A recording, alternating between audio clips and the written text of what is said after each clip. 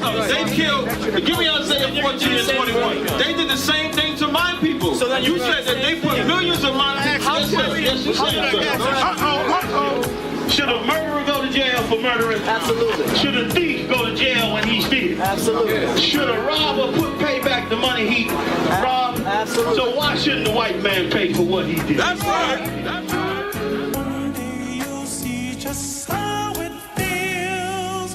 Payback is a dog. It's a dog. Payback is a dog.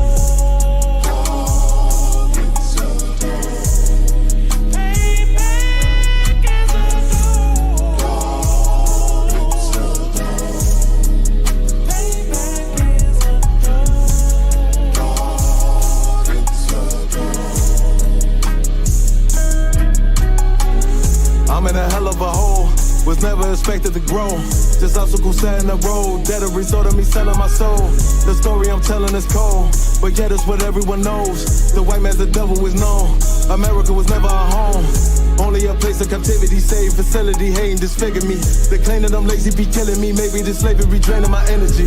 400 years and counting, the trail of my tears is countless. Main fact that I'm here is astounding, but I can't wait till this shit is surrounded. Ready to tangle my king and the angel, be ready to rap. Crack in the sky, nuclear missiles and make it official. I'm capturing every cracker surviving. Put them all in chains where they need to be, slavery for me. And let the whole world see that with them in the cage and safer in the streets. Put the dog on a leash, get resolved for the beast. 144, get the ruler show, we could all be at peace. As soon as the trumpets are sound, your kingdom we busting it down. The only way justice is found, the time for your judgment is now. You'll see just how it feels. Payback is a dog. It's a dog. Payback is a dog. It's a dog. Payback is a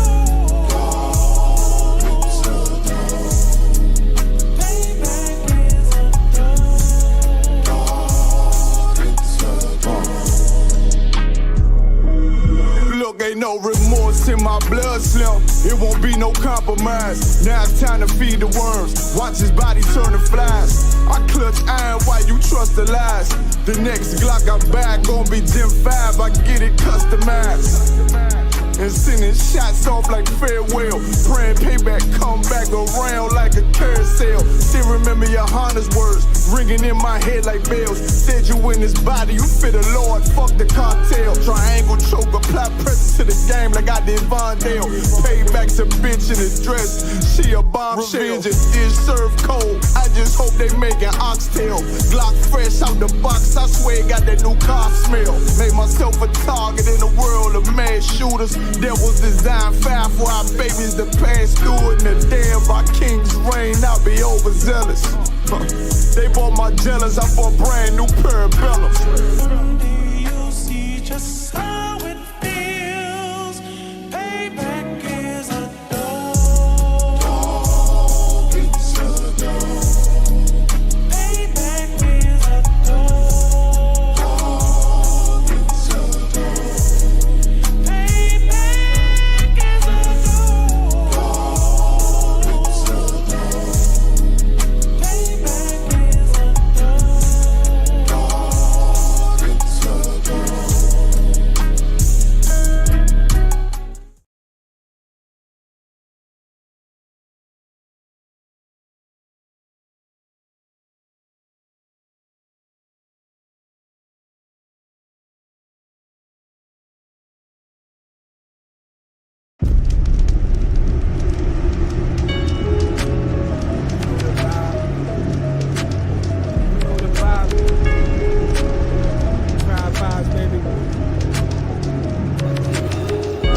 It was all good just a week ago.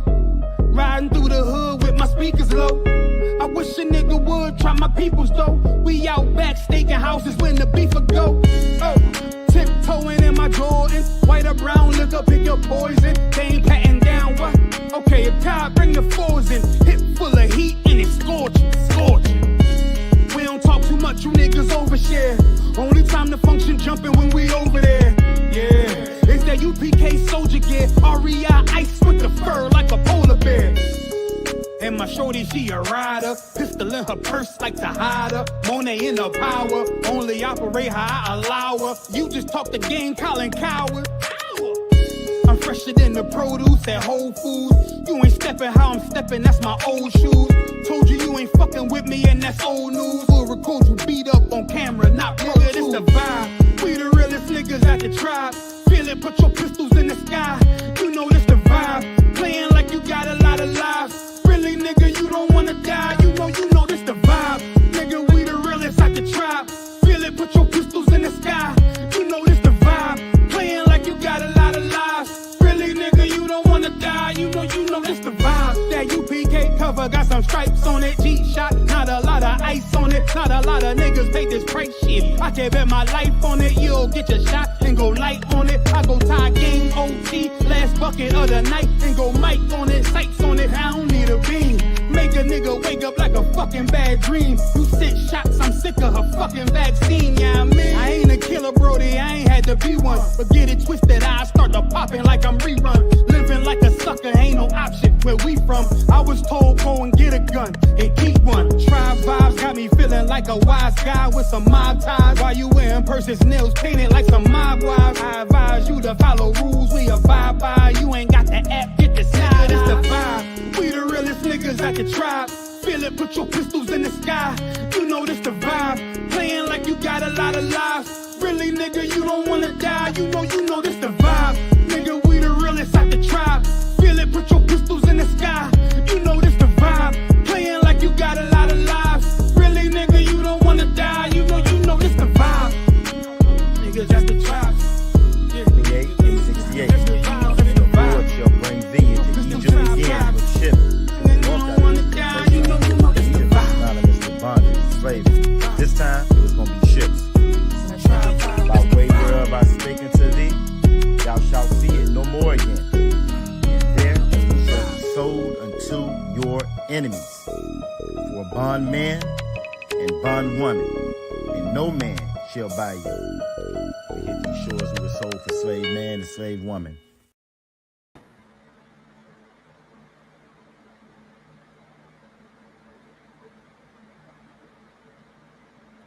All right, I believe we're here with it.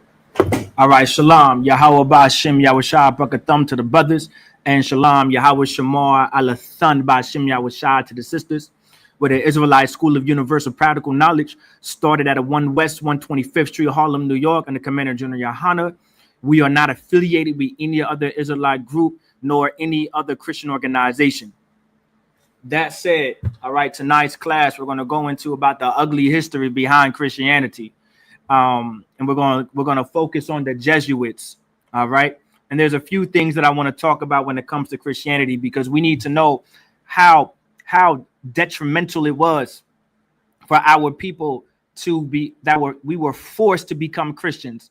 A lot of us may believe that we had a choice when it comes to slavery. We had a choice of being Christian. We had a choice of following that white Jesus Christ that we know. Well, guess what? That is not true whatsoever. If you are so-called Black, Latino, or Native American, you were forced to be a Methodist. You were forced to be a Baptist. You were forced to be an Adventist. You were forced to be a 7-day Adventist. You were forced to be an AME. You were forced to be Pentecostal. You were forced to be non-denominational. You were forced to do these things. And a lot of us don't realize where all of these things come from. But if you are so-called Black, Latino, or Native American, you were sexualized, brutalized, and horribly abused to become Christians, just as much as you were horribly abused to take on the religion of Islam and become Muslims in the 30s and 40s and 50s and all the way into the early 2000s and now 2025. You may think that this was of your own accord. Allow me to get rid of that mythology of yours and that mindset of yours or that ideology of yours. You did not become a Christian on your own accord. You did not become a Muslim on your own accord. You didn't become a Buddhist of your own accord. You didn't gain interest in voodoo on your own accord. You did not decide to participate in the worship of crystals and wear crystals around your neck and hang up dream catchers and crystals all on your wall and burn sage on your own accord. You had to be brutalized and sexualized and abused in order to do so. This was not of your own accord. And if you allow some oppressor, if you allow these other nations and races of people to make you believe that you did these things on your own accord, well, they are sadly mistaken, and so are you. And as a people, that's something that we need to understand. But we're going to get into it, right? Officer Yagadar, if you there, let me see. I believe it's the first screenshot, not the first screenshot I sent you, but one of the new screenshots that I sent you. If you can put that on the screen, that when it talks about slavery was a total institution. If you can, when you can, all right. Also, if anybody has any questions, if anybody has any concerns, please put your questions in the chat, and I will indeed get to them. The water in advance.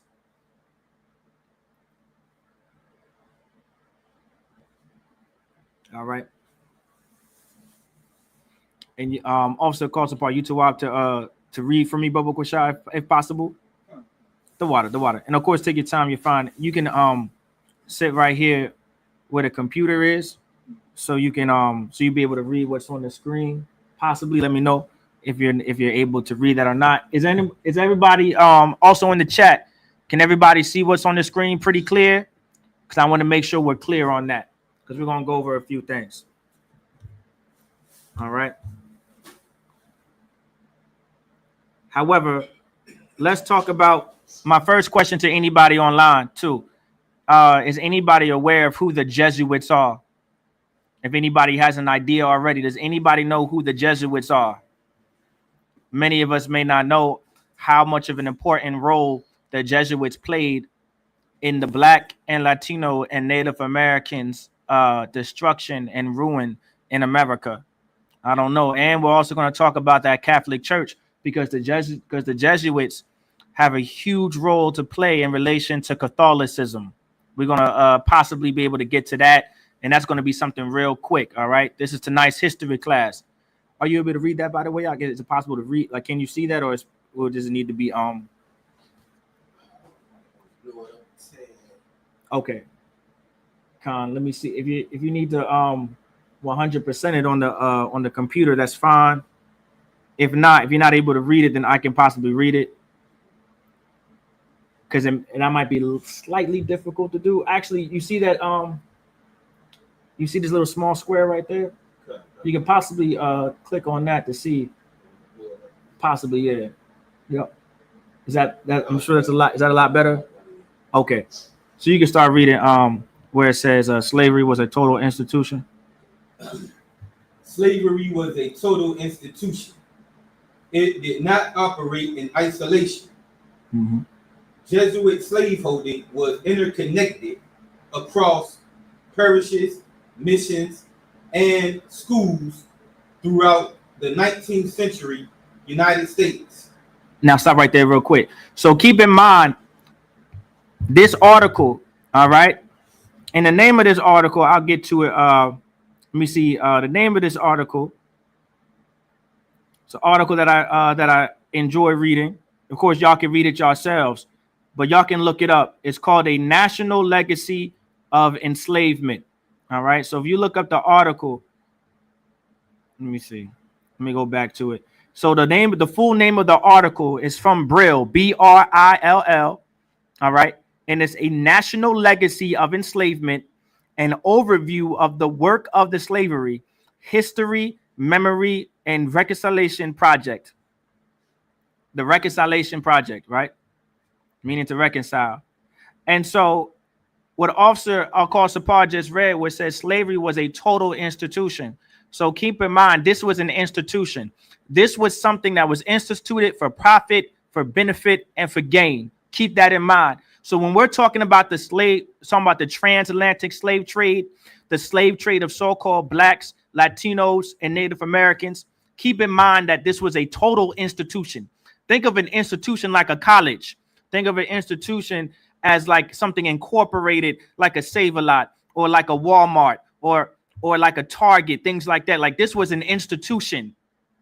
America itself is an institution and a corporation. Think about it in that sense. Slavery was a total institution. It did not operate. It wasn't isolated, right? At all. It was an institution. And a lot of these other nations and races of people participated in the the transatlantic slave trade.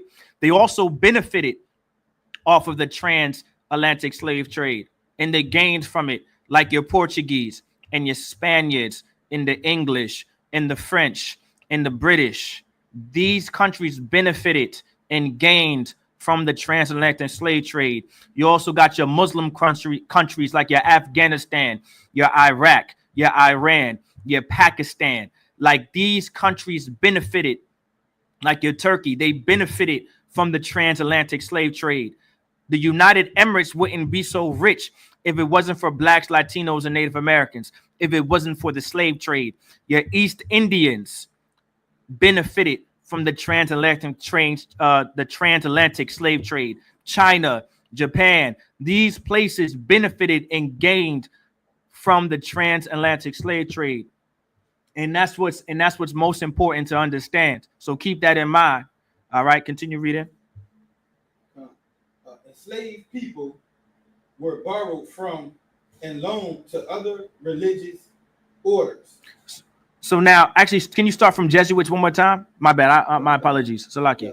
Jesuit slaveholding was interconnected across parishes, missions, and schools throughout the 19th century United States. So now right there is letting you know that Jesuits, right, which literally stands for the Society of Jesus. All right. I'm sure y'all answered that in the chat. So whoever got that right, give them a round of applause. But the Jesuits stands for the Society of Jesus. Now keep this in mind.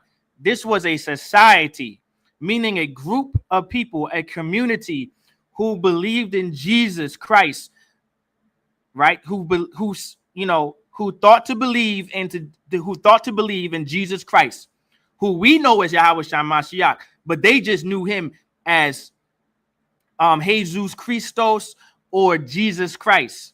Now keep in mind, once again, these are a community of people who believed in Jesus Christ. Now think about it right now. These are our oppressors.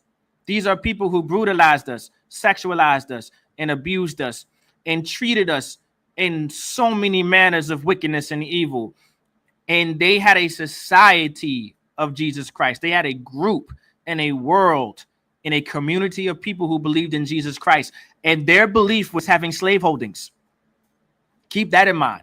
And it was interconnected across parishes, missions, and schools throughout the 19th century United States. Now, the 19th century, if I'm not mistaken, that's your 1800s. All right. And then your 20th century is your 1900s. If I'm getting that correct. Correct me if I'm wrong. But if I'm not mistaken, that 19th century is referring to the 18th century. I believe that's how it works. Correct me if I'm wrong, though. All right. Continue with enslaved people. Enslaved people were borrowed from and loaned to other religious orders. Mm-hmm. Go ahead. Diocesan bishops Mm-hmm. and clergy, Mm-hmm. lay people, Mm-hmm. and non-Catholics. Mm-hmm. Jesuit institutions rely on other institutions like contractors, Mm-hmm. banks, Mm-hmm. benefactors, Right. that benefited from enslaved labor. Now, keep in mind. Now, this was a study, right, of historical evidence from an accredited university, an accredited article. That's why I want y'all to read it. Because our oppressor would tell you, sometimes our oppressor would tell you the truth, but it's written down somewhere. They won't tell you the truth as a whole. They may not tell you the truth up front, but they will put truth in their history and their records in a book. If you're not careful, you just got to be able to pay attention and you got to be able to do the knowledge. And so it says right here that enslaved people were borrowed from and loaned. Keep in mind, we were loaned and borrowed in their society. We're talking about the Jesuits here. We're talking about the Society of Jesus, who has a major influence on the Catholic Church. That's why it talks about that's why it says and non-Catholics, because the Society of Jesus had a heavy influence on the Catholic Church, on Catholicism. All right. So we're going to continue. I'm going to continue when it says enslaved people were borrowed from and loaned to other religious orders, right? Talking about your bishops, your clergies, your lay people, or non-Catholics.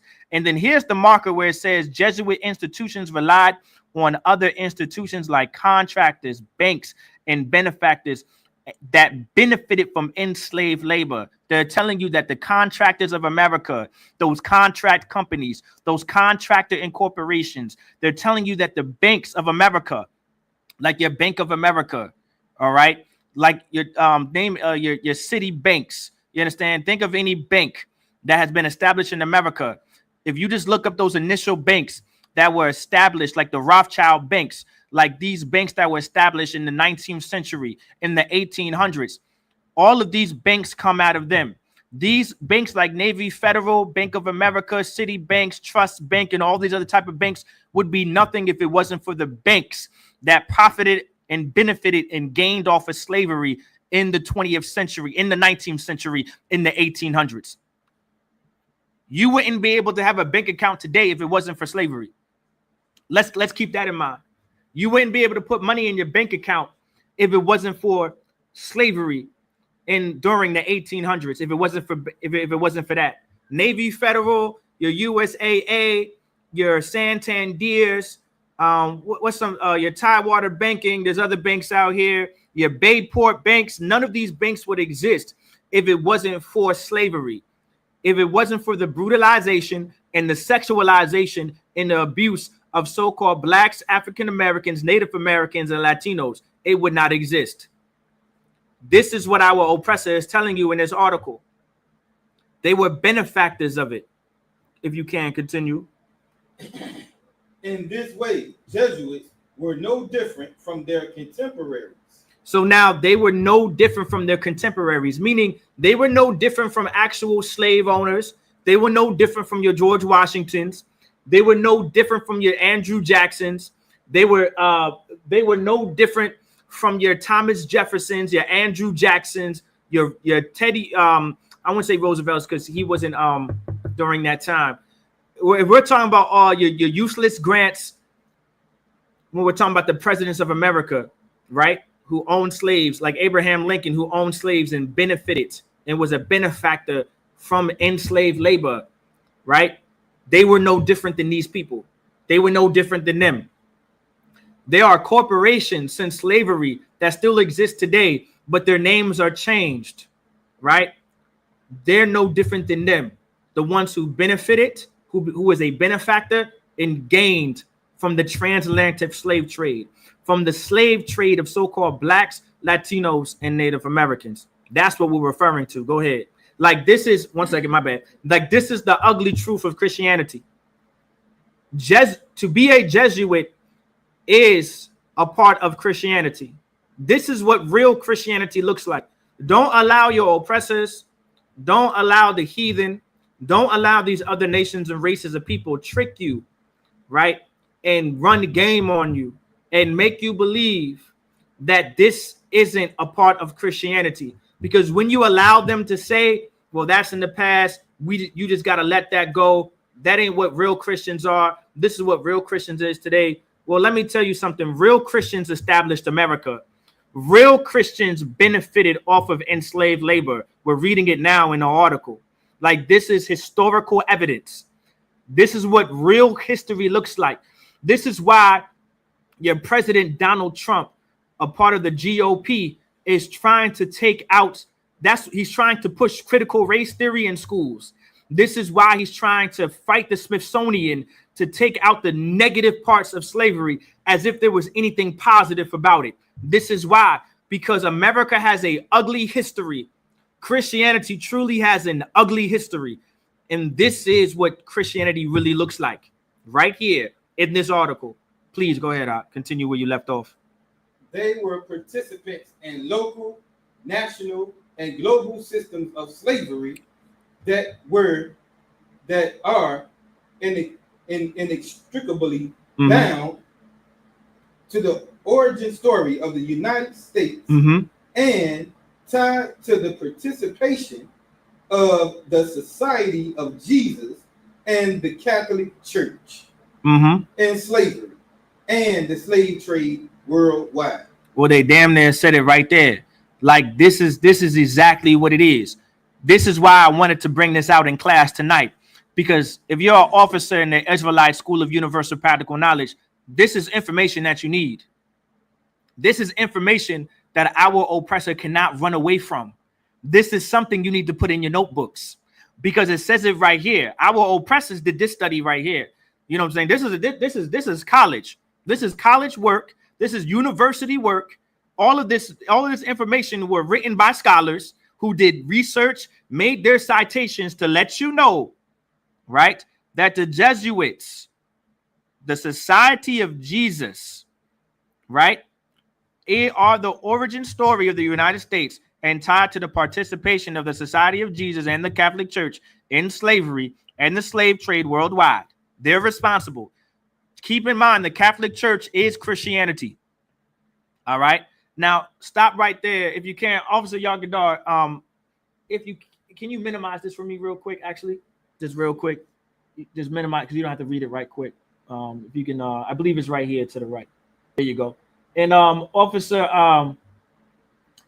and so like if someone said it's fairly small. Okay, when we Officer Yagadar, were you able to fix that for the sister? Just let me know. And if you can you put up that not the list. I guess it's like a branch, like a tree branch of all of the denominations, if you can, Bubba Kwashab.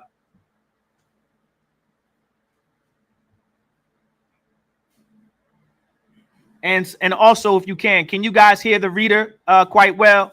We're not using the mic because apparently we don't have the proper equipment to let it be heard. All right, but if you can hear the reader clear, please just let me know. Put a 1 or a 1 West in the chat.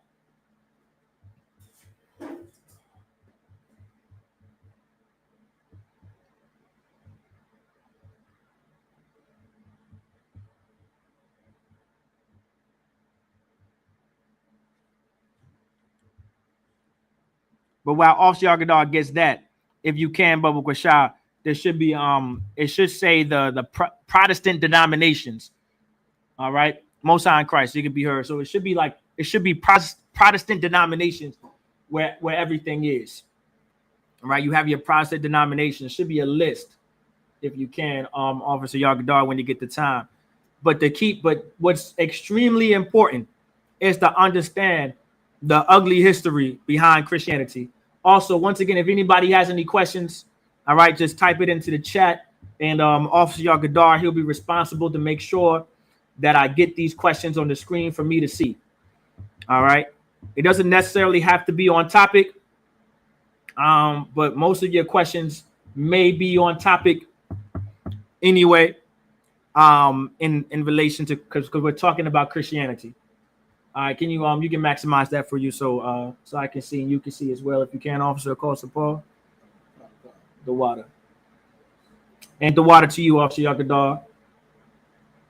Okay, so if you guys can see on the screen,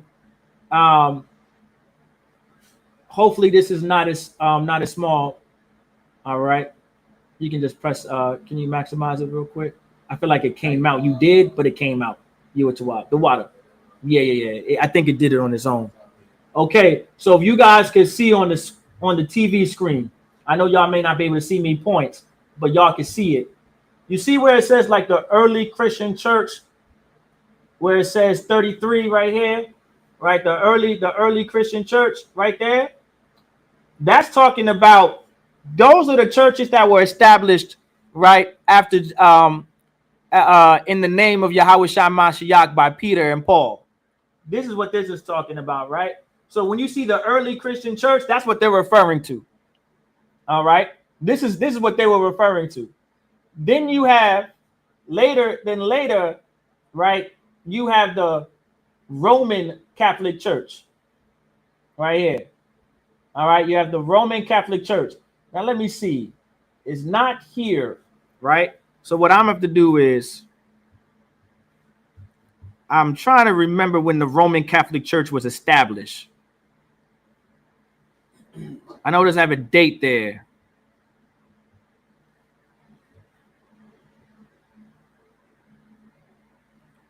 And of course, I will press a didn't put a date there purposely to give me some time.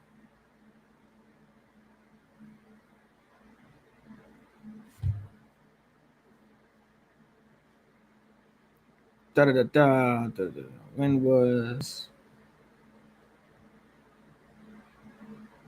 All right, there we go. So this is roughly around that time. All right. So I believe around 500 to 590 CE. That's the estimate. All right, of when I believe 590 CE is the most common one, where it talks about the Roman Catholic Church, right? When Pope Gregory, right? When it talks about Pope Gregory, all right, the Roman Catholic Church. So from here, right, 33 this, right? That's 33 AD or 33 CE. But the Roman Catholic Church, there should be 590 CE, right? 590 CE. From 590 CE all the way to roughly around the 1500s is where you have the Protestant Church coming to be. All right. Now the reason why I want to bring this up is because in between here and here, right, between from here to here, there was a major change into the interpretation and the translation of the Bible when the Roman Catholic Church was established. All right. And there were many councils that happened around the 500 to 590 CE to change everything. All right. But the reason why I'm just bringing that up real quick is because I want you to understand the early Christian church isn't the church that we know today. This entire chart is proof that the early Christian church isn't what the church is today. And if you can tell, after the Roman Catholic Church, it was the Protestant Church, which is in relation to the Protestant Reformation. And then from there, so many of the churches we know today, right? And what some of our grandparents have went to, our mothers may still go to this day. All right. Like for an example, a lot of us were Pentecostal. A lot of us know about what a Pentecostal church is, right? Where all the hoop and hollering and speaking in tongues, that's your Pentecostal. What made Pentecostal different from Methodist in the Holiness Church is Pentecostals believed that they could speak in tongues. That's the only difference. Everything else was the same. As you can tell, it gives you John and Charles Wesley for the Methodist Church, right? That's an oppressor. The Pentecostal Church, our people pretty much took over Pentecostalism. And then from there, out of Pentecostalism, you see right here, that's how you get your non-denominational churches. So when you see black people saying that they're non-denominational, they're just a sector out of the Pentecostal church. So I just want y'all to keep that in mind. So you guys know. But that Roman Catholic Church, that's 590 CE. All right.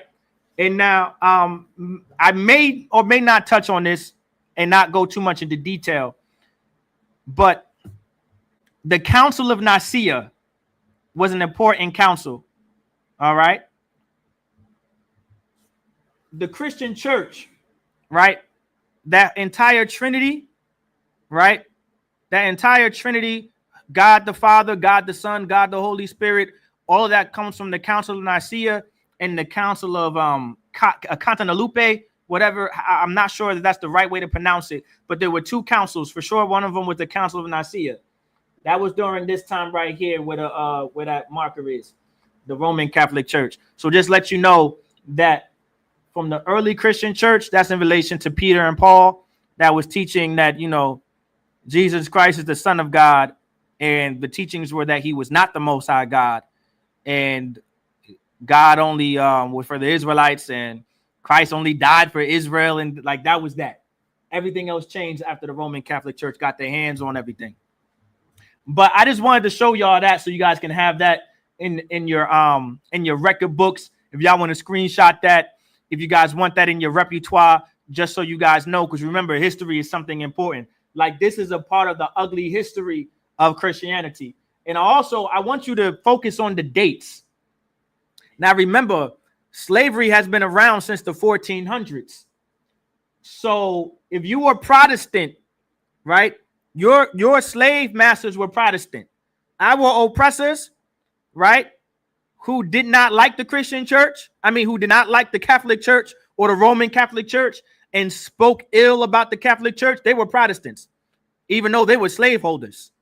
The society of Jesus Christ, the Jesuits, that's all the Roman Catholic Church right here. They were for slavery. They were pro-slavery, and they were benefactors, and they benefited from slavery. All right. Our oppressors were also into Lutheranism, that Lutheran church. Our oppressors were also Reformed Christians. You understand? Oh, the Council of Nicaea was 325 AD. So from the water for that, I can't, right.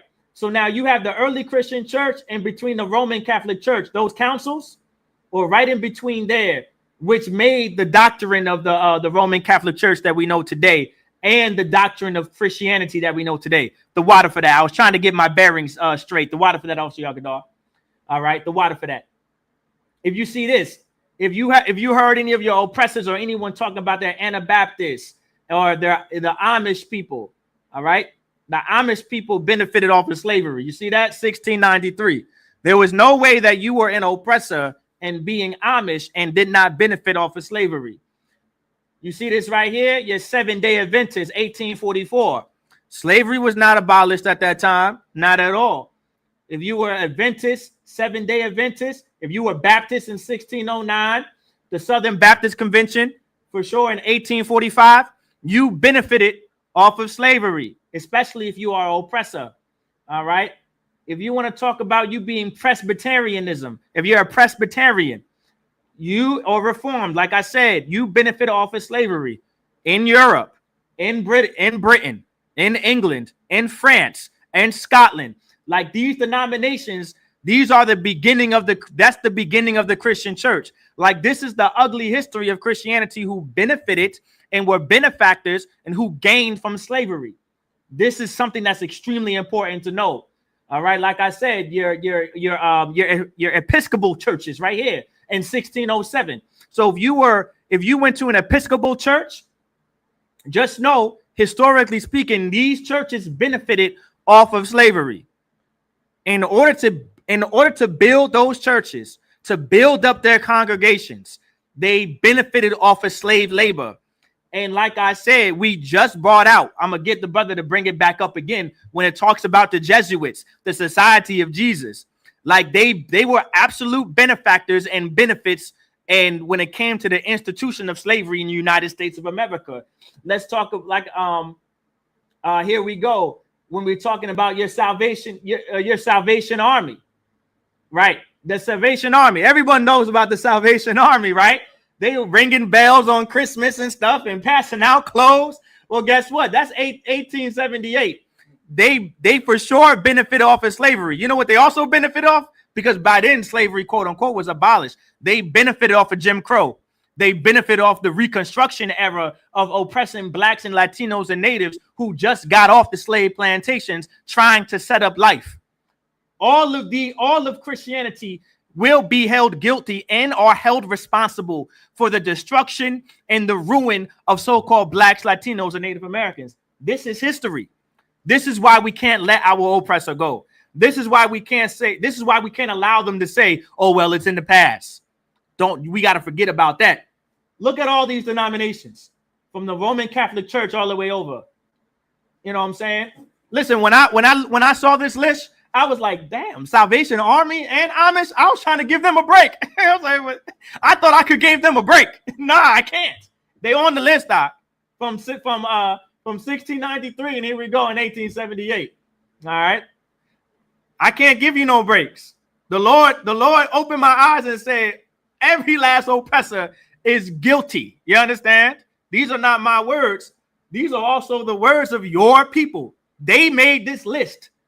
They made this chart for me to be able to teach to all my people that all of Christianity is responsible for our ruin. So, Officer Yagadar, can you pull up, can you go back to that last picture or that image that I sent you so we can go back to the Jesuits? All right. But yeah, that's something extremely important to know. All right. We're gonna get some history tonight. All right. We're gonna get to the bottom of this. All right, Bubba Kwashai. So can you if you can, for the brothers and sisters that might just tune in, can you start from enslaved people and stop the slave trade worldwide? Bubba Kwashai, one more time. And the water for making that bigger. Is that you making it bigger? Oh, that's Officer Yagadar. Most time I think that's for the students. All right. I guess he'll walk with you. Officer Yagadar, can you can you just go back up for Officer Costa to read, and that'll be perfect. Right. Enslaved people were borrowed from and loaned to other religious orders. Diocesan bishops and clergy, lay people and non-Catholics. Jesuit institutions rely on other institutions like contractors, banks, and benefactors that benefited from enslaved labor. In this way, Jesuits were no different from their contemporaries. They were participants in local, national, and global systems of slavery that are inextricably bound to the origin story of the United States and tied to the participation of the Society of Jesus and the Catholic Church in slavery and the slave trade worldwide. There you go. That's why I had to bring up that list. All of those Christian denominations came out of the Catholic Church. Your Protestant church came out of the Catholic Church. And then out of the Protestant church came your Baptist, your Southern Baptist Convention, your Amish, your Salvation Army, your Pentecostal, your Presbyterian. All of these denominations came out of the Protestant church, which came out of the Catholic Church. The only reason why the Protestant church left the Catholic Church, because they believed in private interpretation. Real quick, go back to that screen. Actually, no, you can't. Actually, I didn't send you that. So, never mind. You don't got to go back to that screen. But that's the main difference. I'm gonna just say it. I wish I didn't send them that, but I'm not gonna do it right now. It's okay. I'm gonna let you know. You can look this up. It's in that same article where I got that list from. If anyone needs it, just let me know. I can just send you the screenshot. But the only difference between the Protestant church and the Catholic Church is simply that they believed that the Bible and the scriptures can be privately interpreted. That's literally the only difference between the Catholic Church and the Protestant church. And then, of course, from the Protestant church, there were just different denominations. And what's the main? And so in the Christianity that we know today, what do you know? What do you see? It's always, oh, this is my interpretation. This is my interpretation. Well, this is how I see it. This is how I interpret it. Well, this is how I feel. Well, this is what I think it's saying. This is what I feel. Well, that's literally the foundation of the Protestant church, is how you feel and what you think. Well, you know what they thought? They thought slavery was good. Just like Donald Trump thought that there were positive pieces of slavery. There were positive parts of slavery. And he's tired of the Smithsonian talking about that they focus on the negative parts of slavery. Well, I don't know if you knew this, numbnut, but that's American history. It's all negative. There was nothing positive for blacks and Latinos and Native Americans. Our oppressor hates and despises and loathes and abominates when you bring up his terrible, disgusting past. And I want you to keep in mind, you must know your history or you won't be able to defeat these clowns. Like, you must hold them accountable, or you won't, or you'll just be stuck in your own ways, or you'll just be trapped and enslaved in your own ways if you don't charge them, if you don't hold them responsible. Keep in mind, you also got to know that these people, they are deceptive. They are deceivers. They are the oppressor on the earth. They are the devil on the earth. Our oppressor is the devil that the Bible speaks of. You must keep that in mind. You must keep that in mind. Like, these are the very same people, right, who came to a land, the Jesuits, the Puritans, the Pilgrims. I wish I could listen. Maybe next time I teach a class, I'll talk about them Puritans and them Pilgrims. You understand?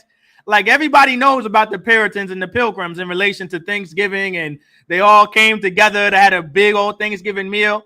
I'm gonna tell you, I'm gonna go in it briefly, but anyway, them Puritans and them Pilgrims, man, but they were no different than the Jesuits, but they weren't as bad as the Jesuits. Them Jesuits, they were bad, man.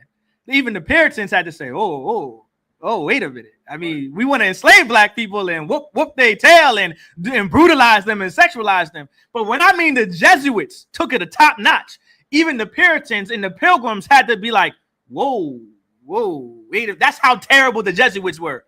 So if you are a brother and a sister out there, so-called black, Latino, Native American, them Jesuits, they were worse than the Puritans. They were worse than the Pilgrims. You thought the Catholics were bad? You thought your Protestants were bad? You thought your Salvation Army was bad? You thought your Southern Baptist Convention was bad? You thought your Baptist was terrible? You thought your Amish were terrible? You understand? You thought your Presbyterian was terrible in Europe, in the UK, in England, and in France. You thought they were terrible as slave owners? You never met the Jesuits. Continue reading our Bubba Quizar. Parishes, schools, and other works of the Catholic Church and its members share in this complicity of slaveholding. Now, keep in mind, I can't really harp on this enough. Keep in mind, these are the very same people who came to a land and enslaved a race of people, right? And brutalized and sexualized and abused a race of people known as the Native Americans, and also enslaved and brutalized and sexualized and abused so-called blacks and the Puerto Ricans and the Dominicans and the El Salvadorians and the Cubans. These are the very same people who committed acts of genocide on the people and unalived them and exterminated them and executed them by the millions and the billions, but will tell you that Hitler was a terrible person. These are the kind of people we're dealing with here. Just keep that in mind. If you could just think deep down inside your heart, the kind of people you're talking to, they will tell you how terrible Hitler is. To this day, right? To this day in 2025, there are people born in the 70s, 80s, 90s, early 2000s, and probably now, who know for sure Hitler, Adolf Hitler, was the most horrible person in history because of what he did to the so-called Jewish man, or to the Jewish man, to the so-called Jew, right? You'll know how terrible he is because of the gas chambers he set up. You understand? And the concentration camps he set up and unalived the Jewish people by the thousands, not the millions, but by the thousands. They'll say millions though, but it was really just by the thousands. They will teach you this in every generation of how terrible this man is, but we'll have a genocidal maniac carved on Mount Rushmore and say that this man is to be honored. Andrew Jackson was a genocidal maniac. George Washington, Andrew Jackson, your John Adams. These people were homicidal, genocidal maniacs when compared to the so-called Native Americans. Just keep that in mind. These are the kind of people you're talking to. These are the kind of people you're dealing with. Like, this is the ugly history of Christianity right here. I pray that every last one of you understand. Please continue reading up. Likewise, the legacies of enslavement endure, just as descendant communities continue to be affected by slavery's consequential structural racism. So, to have Jesuit institutions continue to benefit. That's talking about us. That's talking about so-called blacks, Latinos, and Native Americans. It's telling you that to this day, America benefits and the Jesuits benefit off of slavery to this day. The Jesuits still exist. They didn't ban them everywhere. They still have institutions that still exist. They still believe they're doing the Lord's mission. The Catholic Church still exists today. The Protestant Church and the denominations that come out of them, obviously they exist today. And they benefit. They benefit off of slavery. They benefit off of the consequential structure of racism. You understand? That's why a black man, a so-called black man, Latino or Native American man cannot be racist. Because we're not Jesuits. We're not real Catholics. I'm going to get into what the Catholics did in tonight's class to the Mexicans and to the Aztecs. I'm going to tell you what they did to them today. I'm going to get into that a little bit too. All right. Continue.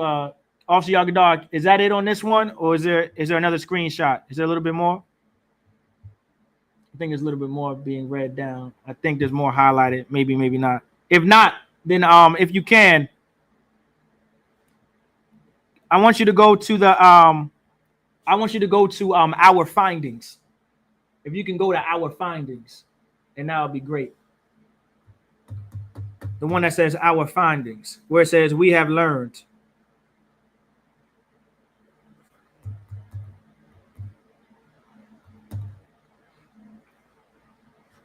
And put that on the screen. We're going to get in it tonight. All right. When it comes to the Jesuits, the Catholic Church, Christianity, this is what it is.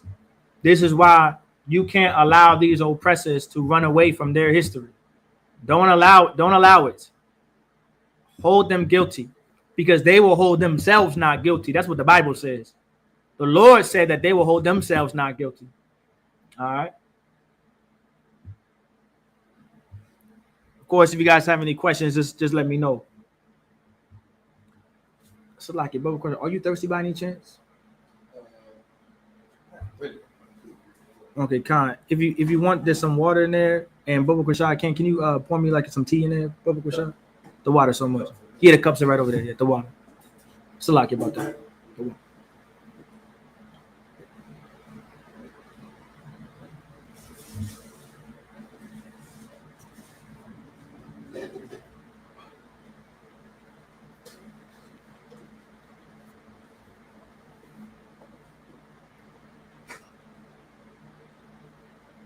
But yeah, we're gonna get into our findings, man, and because we're also gonna talk about I don't want to spoil it, right? Because we got plenty of time. But does the Christian church, does Christianity play a role on the oppression and the ruin and the destruction of so-called blacks, Latinos, and Native Americans? All right, that goes for your Donald Trumps, your Joe Bidens, your Epsteins, your Hillary Clintons, your Bill Clintons, your Ronald Reagans, your Nixons. Like, all of these people place such a ruin on so-called blacks, Latinos, and Native Americans. This is why the Lord required us. This is why the Lord required us to not be Christian, because of all the evil that Christianity has done. The water so much, brother. That Christianity has done to so-called blacks, Latinos, and Native Americans. If it wasn't Christianity, we would not be brutalized and sexualized and abused the way that we are now. The reason why I use those words sexualized, brutalized, and abused, not just because of TikTok, but there's so much you can break down from those three words. There's so much you can go into when it comes to brutalization. There's so much you can go into when it comes to sexualization. There's so much you can go into when it comes to abuse. I want you brothers and sisters out there to do a lot more reading too, because it will truly open your eyes to how much damage the oppressor has afflicted on the minds and the bodies and the souls of so-called blacks, Latinos, and Native Americans.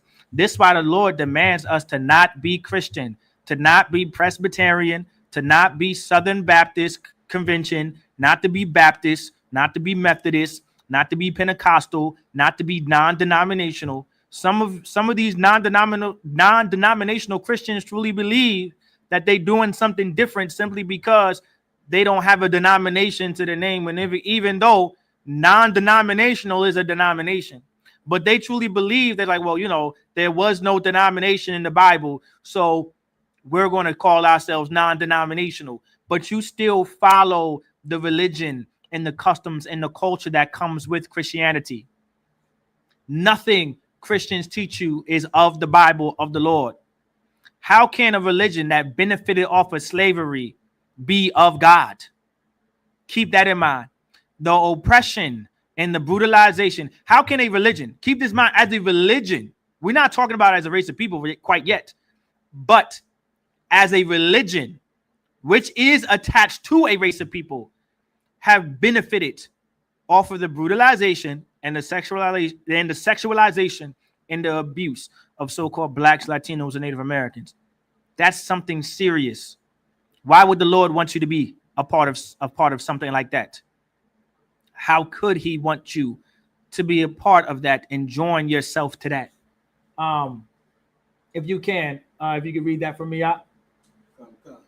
What we have learned is that enslaved people supported the growth of the Jesuit order in the expanding United States. Read that one more time from the top. That's real direct, ain't it?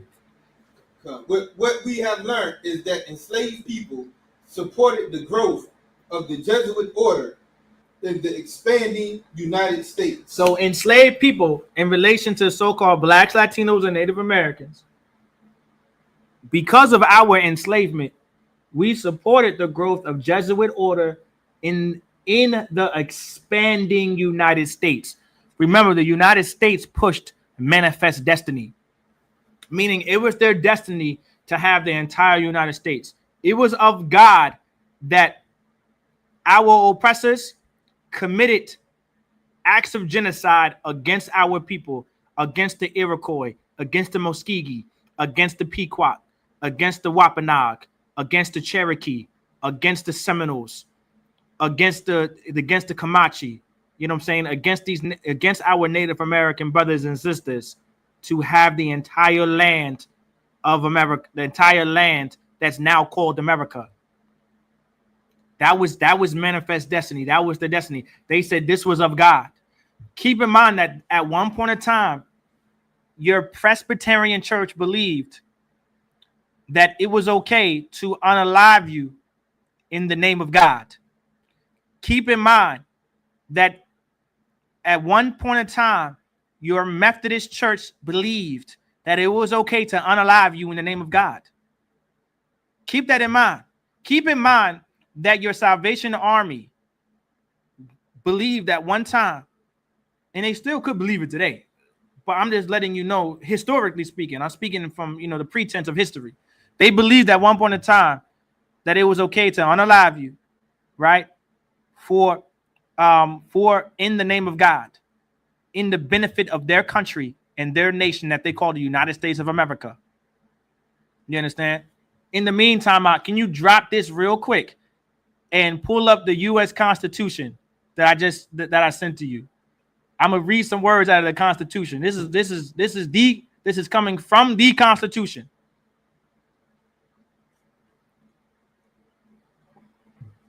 Like I said, we're gonna talk about history.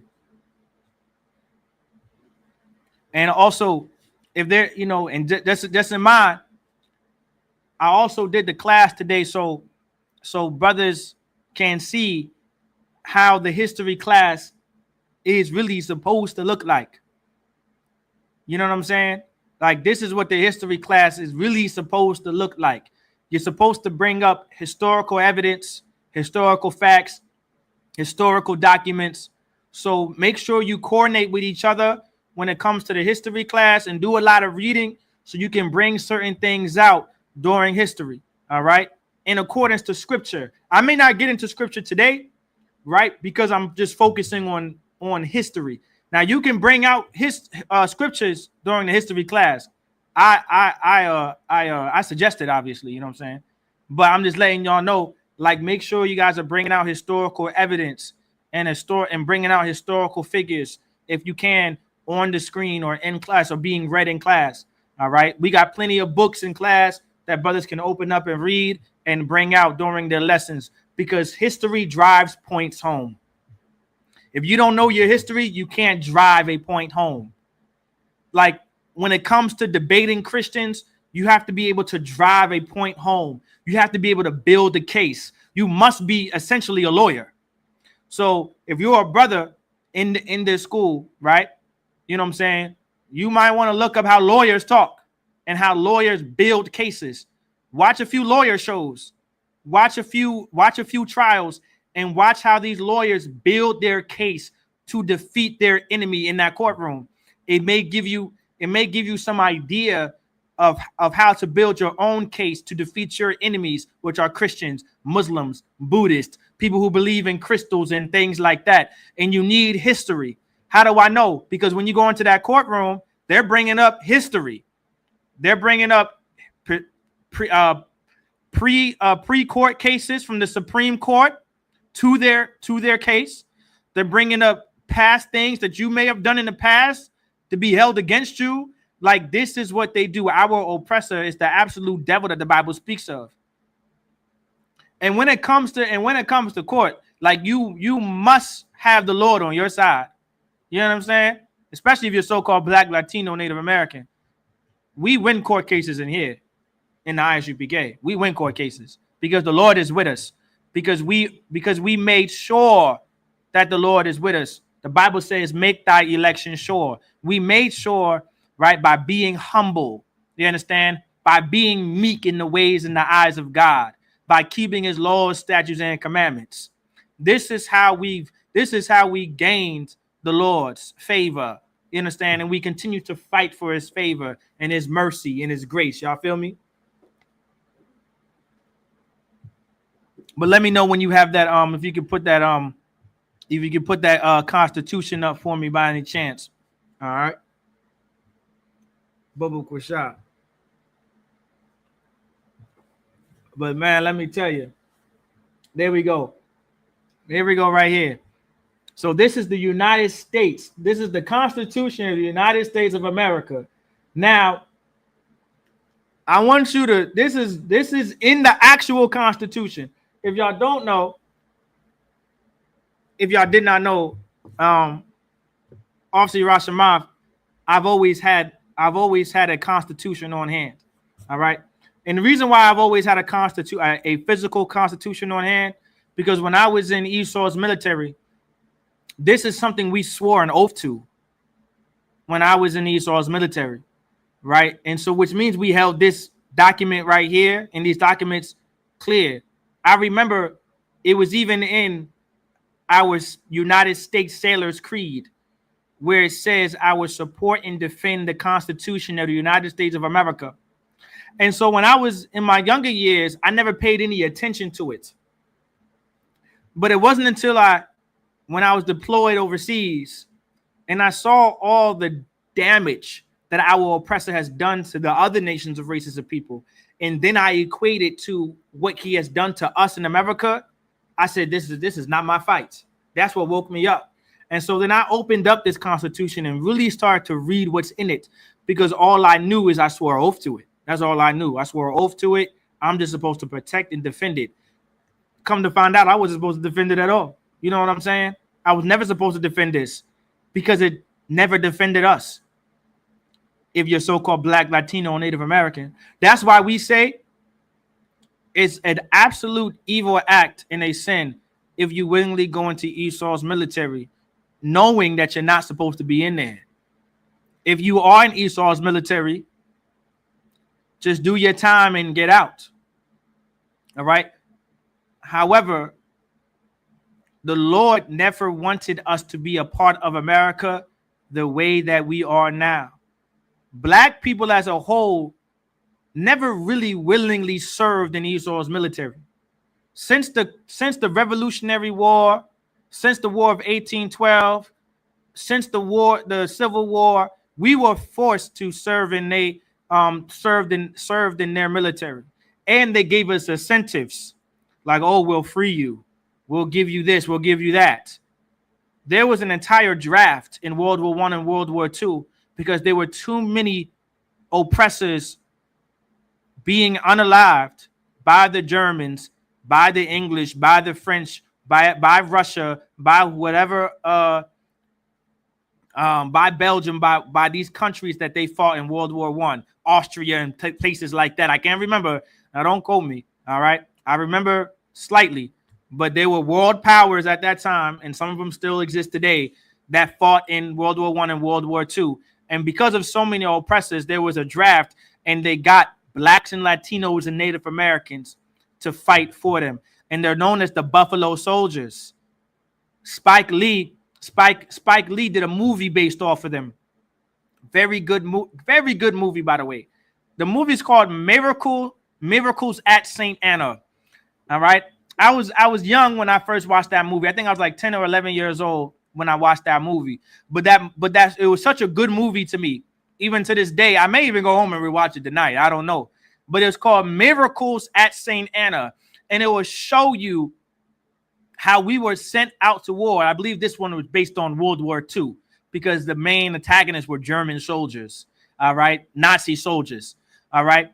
And so I say this is because we were forced to serve in a military, and they segregated us based on platoons, based on sections, based on compost and things like that. Keep that in mind. You understand? Like America's wars are not our wars. Like the Cold War was not our war. The Vietnam War was not our war. Both of those wars directly affected the so-called Black, Hispanic, and Native American community. When our soldiers got home, they were absolute drug addicts and became drug dealers. Look up Bumpy Johnson. You understand? Look up George, not George Lucas, Frank Lucas. Frank Lucas. You understand? Look up Frank Lucas. We learned those behaviors from our oppressor, of course, but them wars affected us by so much. You understand? When we're coming, you're talking about the 80s and 90s. We're talking about the Operation Desert Storms and things like that. All of these wars affected the Black, Latino, and Native American community by so much. Brothers and sisters being abused and sexualized in the ranks of the Navy, in the ranks of the Marine Corps, in the ranks of the Army, in the ranks of the Air Force. Do you know how many sisters were unalived and their bodies were found bloody all over and mutilated and signs of being molested and sexually abused? Dozens. And we only know about 4 accounts. Roughly 4 to 5 accounts. I can't, you can look up their names. And I'm gonna look up their names after this so I can commit it to memory. My brain is a little foggy right now, but I have the images in my head. So many sisters in the ranks of our oppressors' military. We were never supposed to be a part of them. So this Constitution right here, we all pledge our loyalty to it, and in return, we get sexualized, brutalized, and abused, and then we get sent home being drug addicts and drug dealers. And now our communities are in shambles. Look up the movie Black Caesar. Very old movie. It's a very old movie, but a beautiful movie to watch. You can kind of see from the point of from the perspective of the 60s how the drug epidemic affected the Black community in the 60s.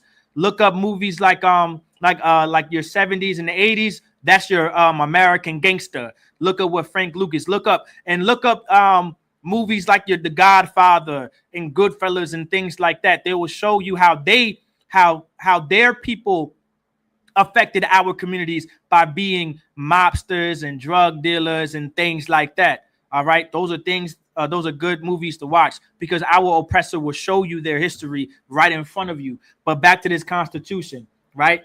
This Constitution says right here, we the people of the United States, in order to form a more perfect union, because remember, this is when America was set. This is when our oppressors were separating from British rulership. So like it says, we the people. Now we know we the people is talking to who? Oppressors. Because it wasn't until the 13th and 14th Amendment is when Blacks and Latinos and Native Americans were given citizens' rights, quote unquote. All right, citizenship and a sexual and things like that. We didn't even have citizenship before that. Citizenship was maintained after the 14th Amendment was ratified. All right, we're not going to go too much into that today. All right, but just keep that in mind. The 13th Amendment abolished slavery. Well, it constitutionalized slavery And the only way to go back into slavery was one had to be duly convicted of a crime. All right. And it must have been used as a punishment. Then the 14th Amendment gave blacks, Latinos, and Native Americans citizenship. And by doing so, gave them quote unquote rights. And I say quote unquote because there was a civil rights movement, and civil rights was just a movement for human rights for blacks, Latinos, and Native Americans. We, the people of the United States, in order to form a more perfect union, establish justice, ensure domestic tranquility, provide for the common defense, promote the general welfare, and secure the blessings of liberty to ourselves and our posterity, do ordain and establish this Constitution for the United States of America. This could not have been established if it wasn't for slavery and Christianity. If it wasn't for the Jesuits and the Puritans and the Pilgrims, if it wasn't for your Presbyterian, if it wasn't for your Protestant, if it wasn't for your Catholic Church and your Protestant church, this Constitution could not have been established. I just want y'all to keep that in mind. In order for this to be established, you must have been Catholic or Protestant. And you had to believe in genocidal behaviors, right? And believed in the enslavement of so-called blacks, Latinos, and Native Americans. That's history. Can you go, Officer Yagadar, if you can, take me back so Officer Yagadar, Officer Al-Qasr Park can continue reading from that other page. And if you can, Priest, can you go where it says I want you to go back to where it says Jesuits were no different. So not at the same spot, but where it says Jesuits were no different.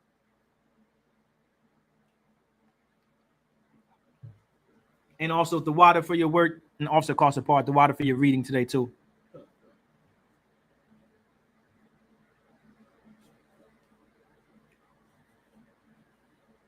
But listen, we're gonna get in it tonight. Oh yeah, yep, the water. Yep, that's exactly it. No, you're good. You were good. Keep going down. I believe it's on the same page. I just wasn't sure if I sent it to you in separate screenshots or not. Okay, I sent it to you in the same screenshot. Most High in Christ. If you could read that for me, Bubba Quashah. Jesuits were no different in how they treated enslaved people than other slave folks. So let's stop right there. Here we are. Jesuits were no different in how they treated enslaved people than other slaveholders. So keep in mind, if you were a Jesuit, there was no difference between a slaveholder and a Jesuit. They brutalized you, they sexualized you, and they abused you.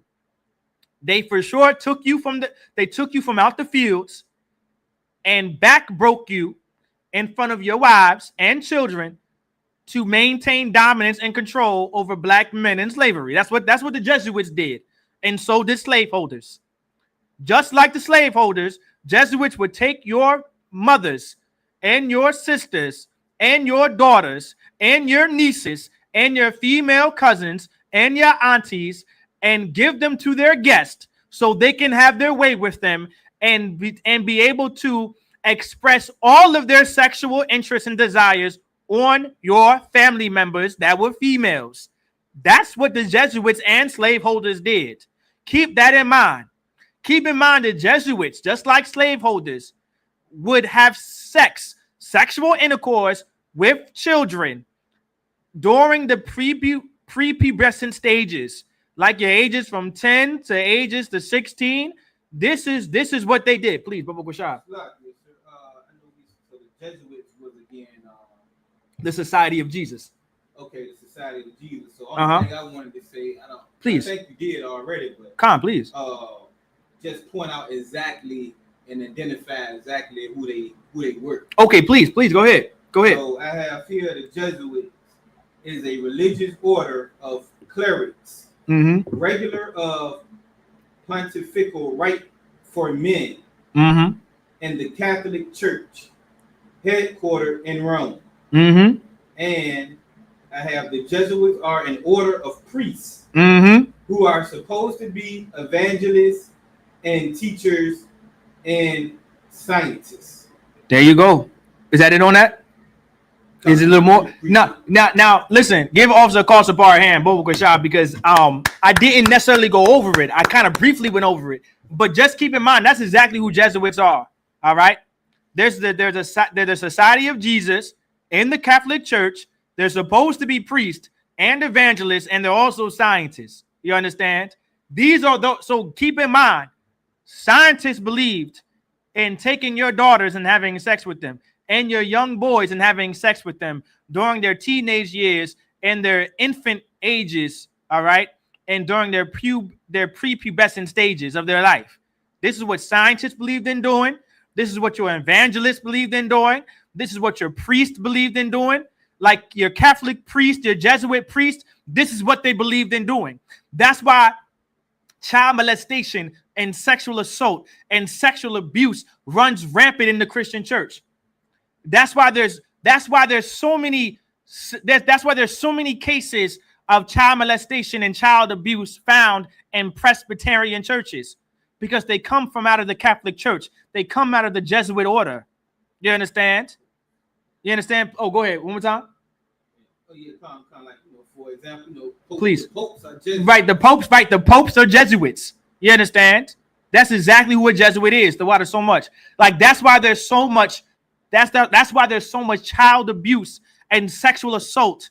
All right, and child molestation found in your Catholic Church, your Presbyterian churches, your Protestant churches, your Baptist churches, your Amish churches, your Salvation Army. That's why when our people run for sanctuary to Salvation Army as young teenagers and sometimes as adults, they come out talking about how they were abused and sexualized. Our sisters will tell you stories. All right. Just talk to some of them sisters out there who may have had to be sheltered by the Salvation Army, and they'll tell you how they've been sexually assaulted and abused in the Salvation Army. That's why we say we can't just skip over this history. You understand? So please give Officer Carlson Parr excellent another hand. Throw water, please, Bobo Kwasha, because really that's exactly what the Jesuit order. That's what the Jesuit the Society of Jesus. The Society of Jesus is, the Jesuit order is, who the Pope is. We're going to go into papal leadership just after this. All right. But Most High Christ the water. Can you read a little bit more? Jesuits frequently broke their own regulations about physically punishing bondspeople, splitting up families, and providing basic necessities such as adequate food and shelter. So they had, now of course, just like slaveholders, they had rules, right? Because just like, you know how you have rules in relation to the property that you own today, in relation to your vehicles in your home, like there's rules that orbit and revolve you owning a house and owning a car. Like you can't just run your car into a building and expect to get an insurance claim after that. You know what I'm saying? Like there's rules. You can't just beat up your car and expect to, to get insurance, to get your insurance policy to pay it off. Like there's rules. You can't just burn down your house, right, and expect a new house. And the reason why I'm saying this, because we were once property, and there were insurance companies like your Aetna, right, that would insure your property because slaves were property. And so just like so they said the Jesuits frequently broke those regulations, right, when it came to physically punishing bondspeople, splitting up the families, providing basic necessities such as adequate food and shelter, meaning they'll keep you out, just like slaveholders. The Jesuits would keep you outside. In the winter, you freezing cold, freezing to death. Because they can. You're their property. You understand? They didn't care about family. You know what? It's crazy to think about, right? This is the origin of family reunions, because our families were split during slavery. And we had to find each other again to know who our family is. Well, our oppressor, these Jesuits, these popes, these priests, these evangelists, who so-called believe, who say that they believed in Jesus Christ, they believed in splitting up families. Just know this is what a real Christian believes in. This is what popes actually believe in. You hear me? Like this is, y'all feel me? Like this is what real evangelists believe in. This is why the entire American system revolves around splitting up and keeping the black family apart. because it's built off of Jesuit influence. It's built off of Catholic influence. It's built off of Protestant influence. And every last one of these Christian organizations and every last one of these Christian religions and Christian churches fully believed in the enslavement and the horrible treatment of so-called blacks, Latinos, and Native Americans. I cannot express this enough. This is history. I'm reading it right here. I'm reading it right here. I'm not sugarcoating nothing. All right. These are their words. These are not so mine. All right. Bubble Quashab, priest, if you can. Can you go to the next one where it talks about where Jesuits were especially large slaveholders in the Caribbean and South America?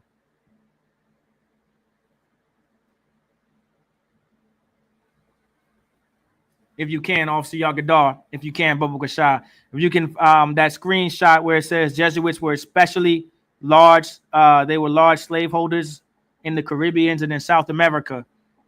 We're going to talk about how the Jesuits has such a terrible influence on the Latinos, the Cubans, the Colombians, the Puerto Ricans, the Dominicans, anybody in the Caribbean, your Haitians, you understand?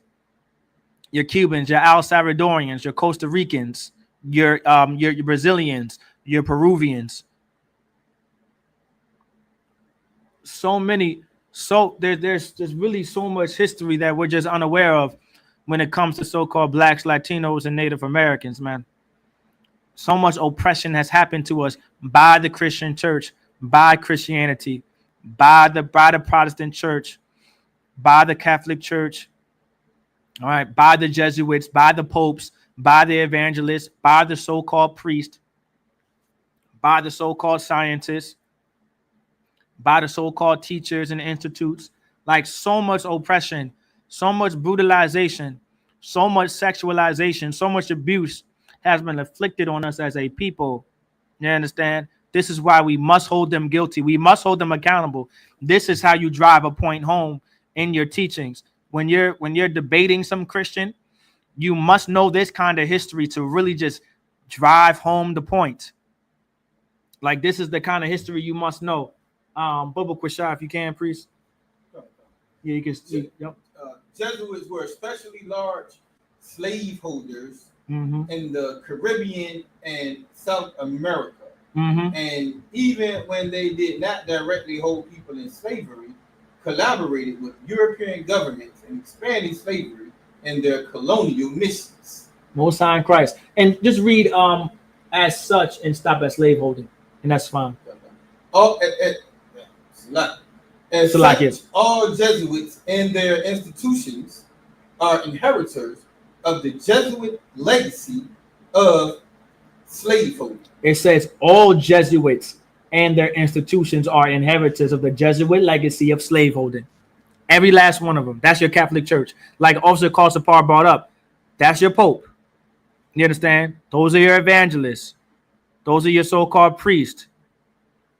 That comes out of the Catholic Church and the Protestant Church. Those are your pastors, your bishops, all of the Christianity that we know today. All, as such, all Jesuits and their institutions are inheritors of the Jesuit legacy of slaveholding. All of their institutions that are today, all right, Jesuit, that are based out of in relation to your Catholic Church. All right.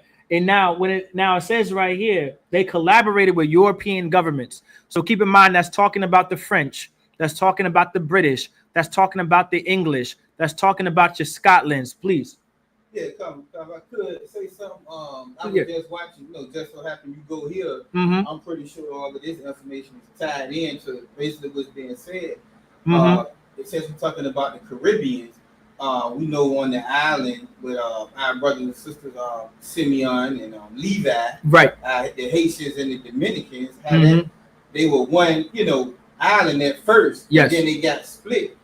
One side talking about the European government, the right. Spaniards took the Dominican side, right, and then you had the French took yes the Haitians and put them against each other, And now they Yes. still warring against each other today. Yes. And not only that, in the documentary that I was watching, just to speak on, well, we all know about the violence going on in Absolutely. Haiti, you know, and Right. the way that place is just destroyed, and their history Right. going back, how they beat, you know, what's his name, Trisont, the general when they, you know, got their freedom from France, Right. and now they punish them to this day because they still mad about that. Yes. But anyway, like, you know, prostitution is legal in the Dominican Republic. Yes, it It's is. a slightly richer country. It is more richer than Haiti is, but not by much.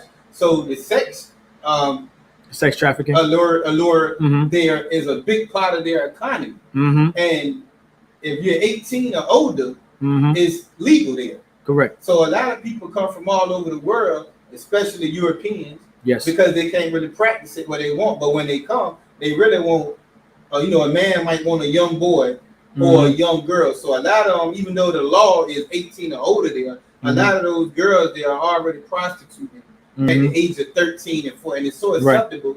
They might be in it with their brother, mother, and they talking about good luck, have a good day. Like they just going off to work or something. That's just how normalized it is when you go to the Dominican Republic. Come. So I just want to share that information. So Water, give that brother a hand too. Excellent, right? Because that's actually an excellent point. All that also called Sapar brought up is exactly in relation to what the Jesuits did.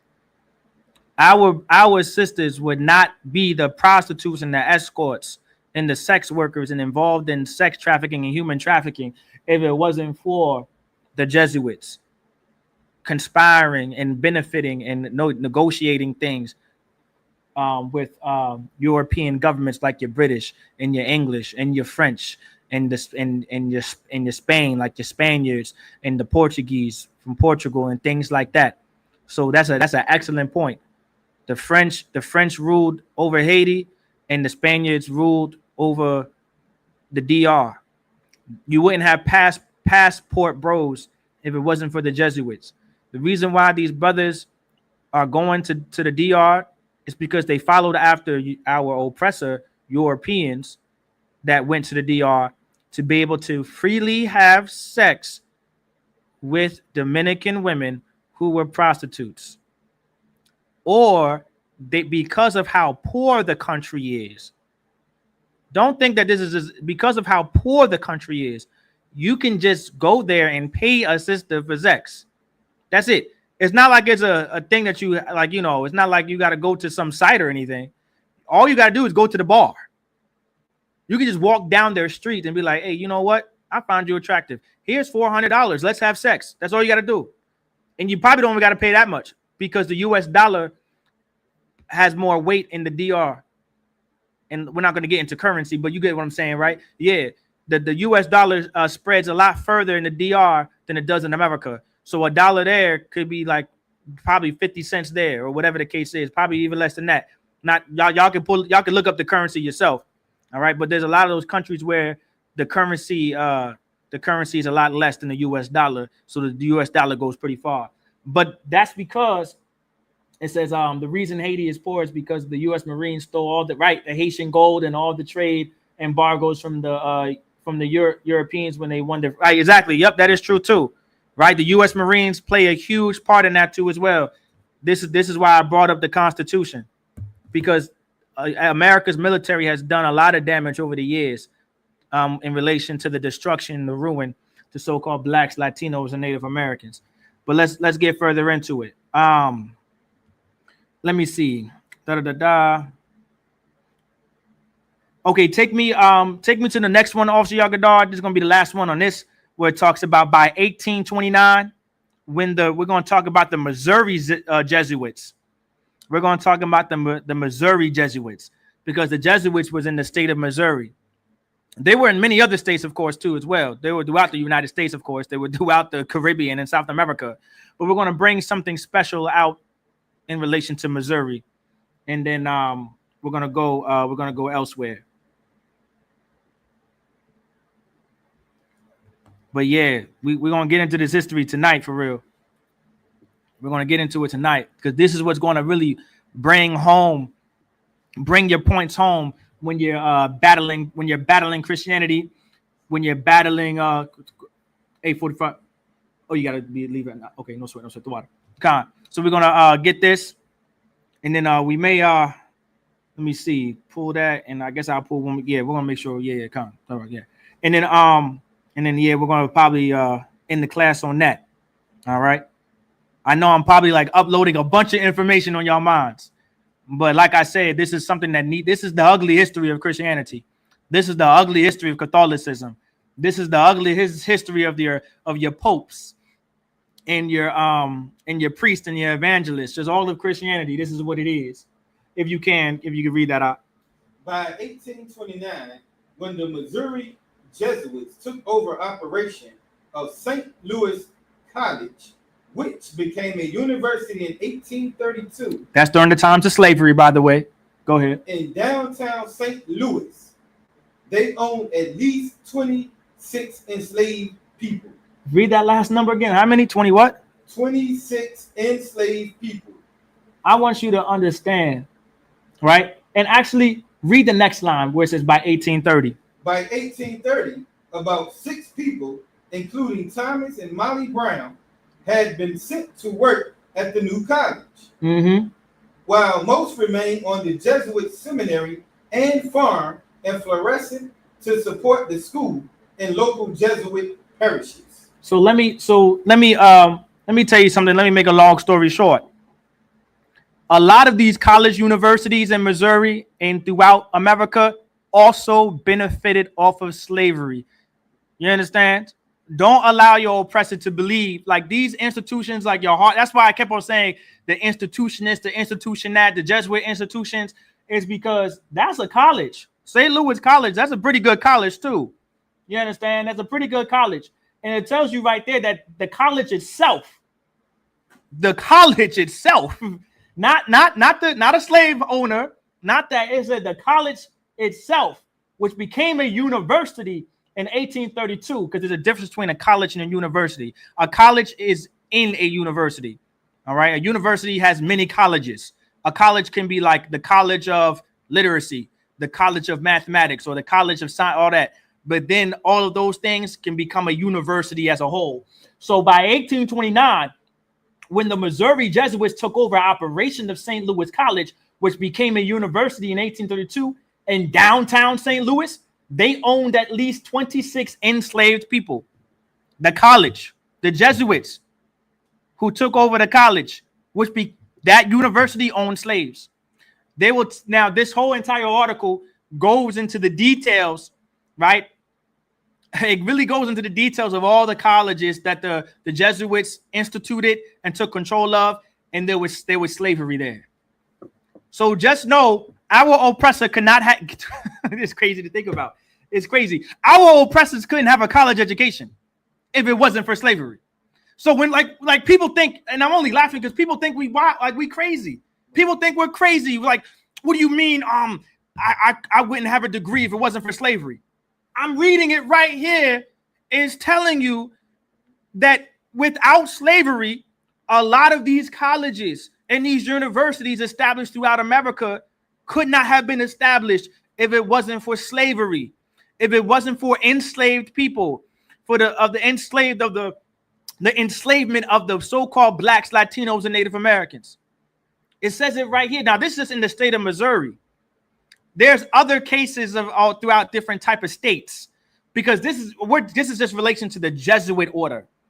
So you know what I'm saying? This is just the Jesuits. There's other like the Puritans and the Pilgrims and the colonization that you might be able to get other details in other colleges like Virginia Tech, like your Virginia. Listen, I wish somebody would tell me William and Mary has nothing to do with slavery. That's in the state of Virginia. You know, William and Mary and what's the other school in Newport News? Christopher Newport. I wish some oppressor would tell me Christopher Newport and William and Mary College and University has nothing to do with slavery and was not able to be established unless it was for slavery. I wish an oppressor would tell me that. I wish. Please. Harvard. Are you talking about Harvard and Princeton and MIT, them colleges? If it wasn't for slavery, none of these institutions, none of these universities, none of these colleges would exist. I can't make this up. You know what I'm saying? I can't make this up. Also call anybody online. I can't make this up. I'm not pulling your leg. But real quick, if you can, Officer Yagadar, because I can't spend too much time because I want to be able to. There's another article that I need you to pull up. It's not an article. I believe it's a page. One of the pages that I sent to you in one of the books. Let me see which one it is, which one I want. That goes in relation to yeah, I want the where it says 60 million Native Americans had been exterminated. I want let's go on that.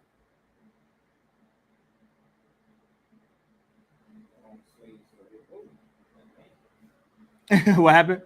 Oh, you saw the rest. Yeah. You saw the rest of it, right? Oh, William and Mary owned slaves for over 172. Oh man, the water, Officer Yagadar. I knew I won't tripping. I wish somebody would. Listen, Officer Yagadar got me on point tonight. Most High in Christ, over 172 years. Yeah. Come on, man. And our oppressor is not the devil the Bible speaks of. Right. Yeah, you got to be kidding me.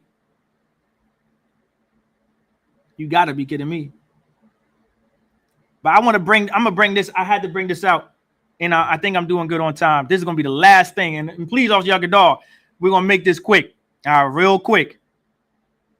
And so Officer Carson Barr can read it, and you can read it as fast as you can because we're kind of short on time. But listen, this right here, now what we're about to do is we're gonna read out of this book right here. If y'all can see on the screen, I'm trying to bring it as close to the camera as possible. But there's this book right here. All right. And this book says the book no pope would want you to read. And the reason why I love this book is because, this teaches you about the Jesuits, the Puritans, and the Pilgrims and things like that. But it focuses and it revolves and it orbits around the Catholic Church, which is essentially the Jesuit order. It's essentially the Jesuits. All right. History, our oppressor scatters their history. It makes it harder for you purposely because it's up to you to be able to take all these books and then put it together. And that's what the Israelite School of Universal Practical Knowledge did. We did a bunch of reading, a bunch of studies, and then we put all that information together to give you the truth. You know what I'm saying? We had to go here, and then we all brought it together so you can know that our oppressor is the devil the Bible speaks of. Yeah. That diagram you showed earlier, mm-hmm. it broke down, the order of this thing all the way from the early church, right, to the Roman. Yep. When they took over, all the way down now to these non-denominational churches. So these black preachers and things of that nature, and it said how the Jesuit order continues to this day. Exactly. So that's telling us that when we go into these churches, you told me. And every black community is a church, yes, and a liquor store. Yes, literally right next to each other. And why do they got these churches still in our communities to continue that institution of mental slavery? Exactly. Give that brother a hand. Most High in Christ, because that's exactly it. That's exactly it. Like, this is why we have to know this history so we can drive our points home. You know what I'm saying? I really wanted to do this class. I think I want to do this class for the past 3 months now. So lucky. I've been wanting to do it for 3 months. You know what I'm saying? But here we are, so y'all can have it. Just read. You can read the first bullet right there. 60 million Native Americans had been exterminated by the end of the 16th century itself. Now by the 16th century, you get what I'm saying? You get what I'm saying? Like by the 16th century, 60 million Native Americans were slaughtered, executed, exterminated by our oppressor. By Catholicism, by Christianity. Like Catholicism is a section of Christianity. I don't know if anyone knew that. Christianity is everything. Then you have Catholicism and then Protestantism. And then from there, you got all these other churches. Go ahead. For instance, good Christians from Spain. Good Christians. Keep in mind, good Christians. Like your Good Fridays, good Christians. Go ahead. Hanged 13 natives at a time in honor of Christ, our Savior, and the 12 apostles. Can you just read that one more time, Mark? For instance, good Christians from Spain hanged 13 natives at a time in honor of Christ, our Savior, and the 12 apostles. So when I say our oppressor unalived us in the name of Jesus Christ, Christ our Savior, that white Jesus Christ, Caesar Borgia, the second son of Pope Alexander VI of Rome, who unalived his father, the homosexual lover of Leonardo da Vinci, a man who had sex with his sister Lucretia Borgia. That's who we died under. As Native Americans, and blacks and Latinos were involved in that, but they're talking about the Native Americans here in specific. We were unalived in the honor of Christ our Savior, quote unquote, in that white Jesus Christ. I just want to let you know. Continue reading. Then straw was wrapped around their torn bodies, and they were burned alive. And that was stated in the book, The American Holocaust. That's where it was cited in the American Holocaust by D. Standard. They were burnt alive. They were burnt alive. 13 of them. And it represented the 12 apostles and Jesus Christ. That's real. That's what real Christians did. Just read the next one. 19th century Christian missionaries exterminated the Californian Indians in the most gruesome manner. So now there we go. California, the state of California would have not been established if it wasn't for Jesuits, Catholics, Christians exterminating the Californian Indians. You wouldn't have California like the party. You wouldn't have that if it wasn't for Christians and Jesuits and Catholics unaliving Californian Native Americans.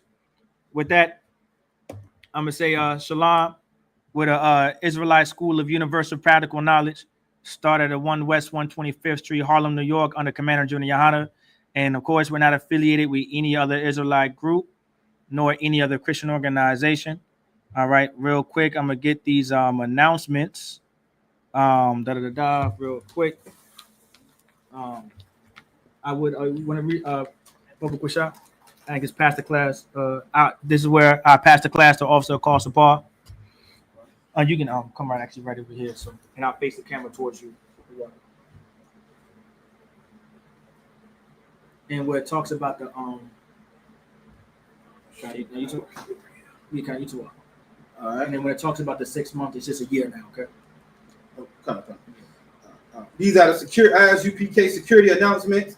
We are the ISUPK, started out of 1 West 125th Street, Harlem, New York. Rule for new brother and sister. When a new brother or sister comes into the school, they are off limits for